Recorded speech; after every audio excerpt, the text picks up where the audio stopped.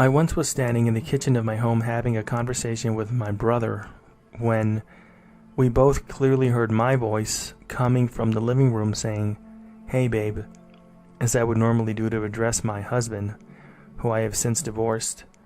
As we both looked at each other with amazement, we both became scared and our faces turned white. After that, in walks my ex through the screen door, who was on the front patio with a cigarette in his mouth saying, "Yeah," as if he heard me calling him. However, I told him that voice wasn't me and I wasn't calling him. My brother and I explained this to him many times, but he couldn't understand what we were trying to tell him because it wasn't me. Nobody else was home besides the three of us, and there was no television or radio on or anything like that. It still bothers me to this day because I don't have any explanation for what happened that day. I used to think that it was a ghost, but if it was a ghost, why would I hear my own voice? So years later, I've come to the conclusion, after going through everything in my head over and over again, and I've finally come to the conclusion that it was a glitch and not a ghost.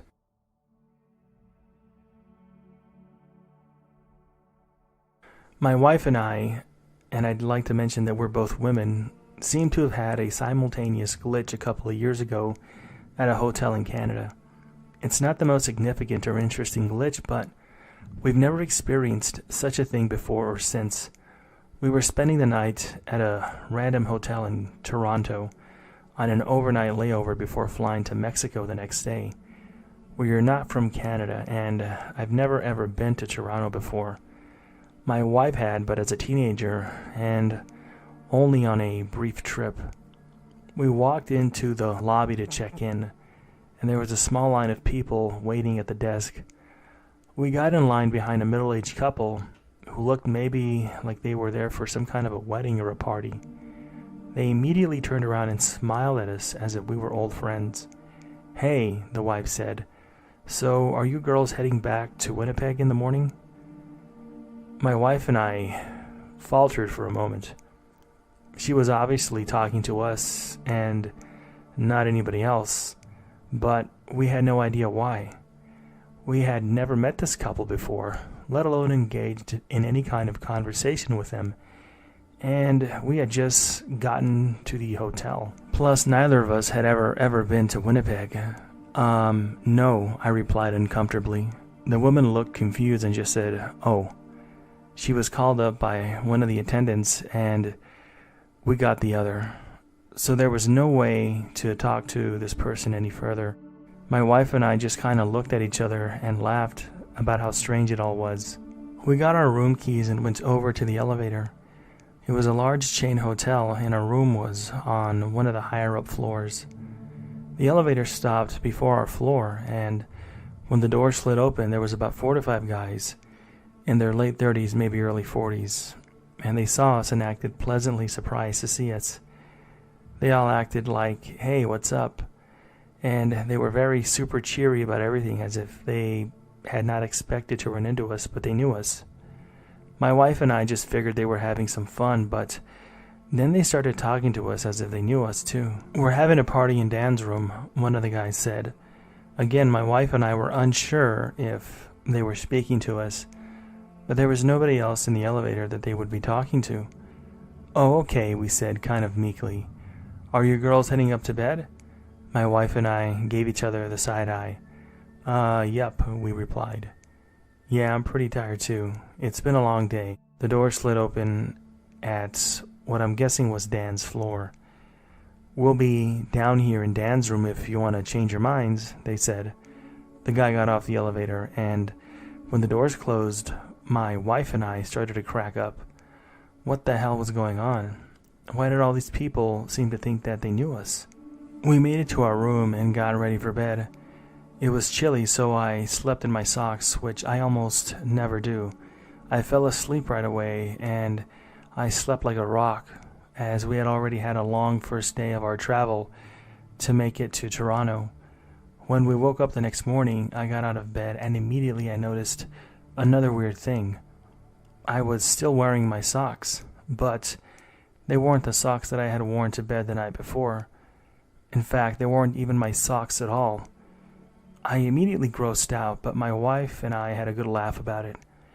How the hell did that happen? I've never ever been a sleepwalker.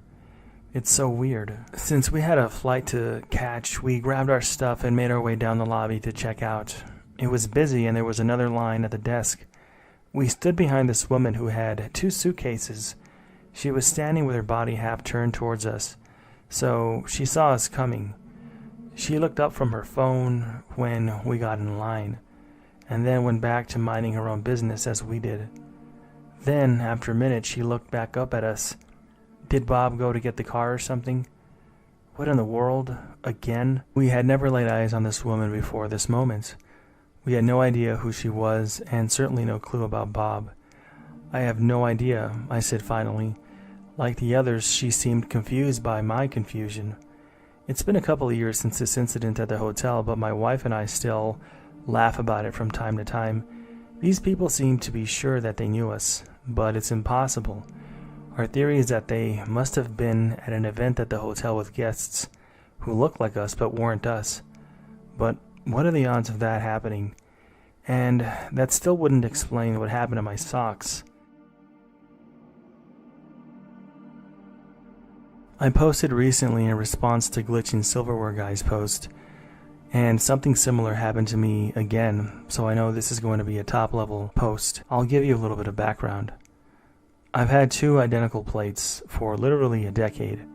Exactly 2. They've traveled with me in that time, and I've always had just 2 of them. Last week I was loading my dishwasher with dishes from the night before. I grabbed one of my 2 matching plates to put it into the dishwasher with its pair, only to find 2 others that were already in the dishwasher.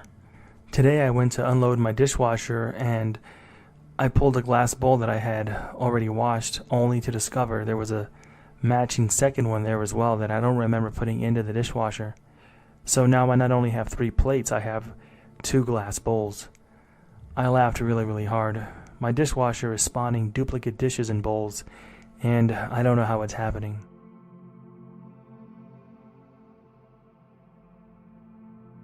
Brief but true story, and probably the most terrifying thing that's ever happened to me.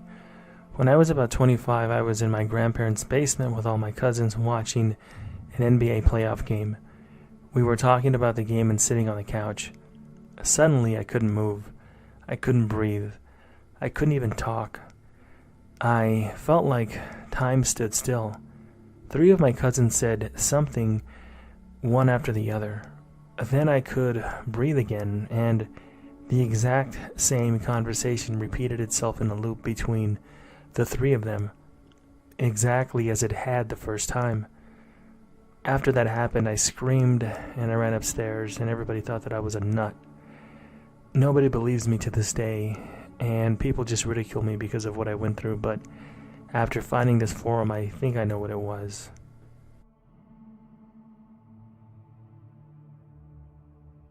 At my workplace, the radio was on all day, from 5:30 a.m. when I start until about 2 p.m. when I finish, and for weeks it had been on the same radio station.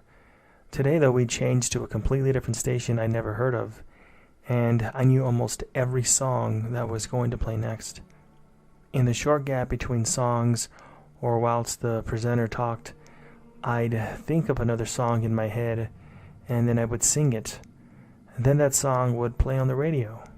Normally I'd say, well, it's because it's always the same songs that we've listened to on the station, and we've had it on the station for weeks now, so I kind of picked up what they played as we went along, as it's always the same songs and it's very, very repetitive. However, this was a totally new station, playing throwbacks and new songs all mixed together. I maybe got 4 or 5 songs wrong the whole 8 hours that I was working, and I was freaked out. It was like they were playing my brain out loud, like the whole station was catered to me and my own ideal reality of what I thought would sound good over the radio. Everybody kept saying that it was so good to have a new station with different songs, but I knew every frickin' one that was about to be played for 8 hours straight. I think that's more than just a coincidence.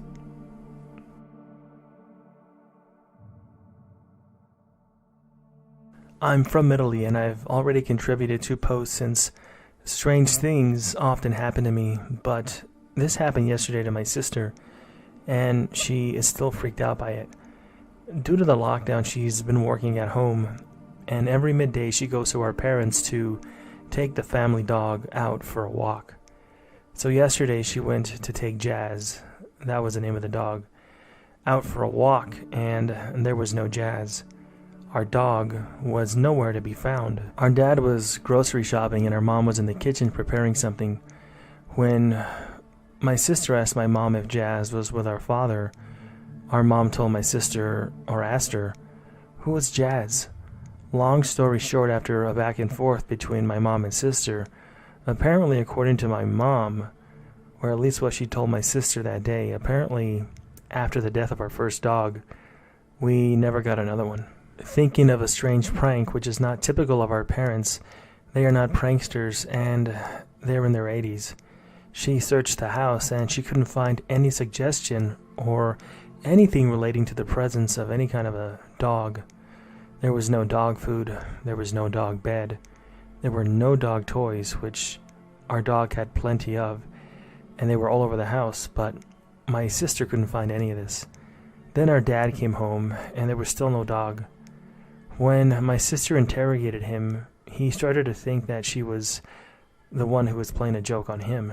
At the same time, from the kitchen TV, she heard a reporter on the news talking about the end of the lockdown and the surge of something that she couldn't understand. This morning she told me that the reporter who was announcing this was preoccupied with something and was not being very clear according to her memory.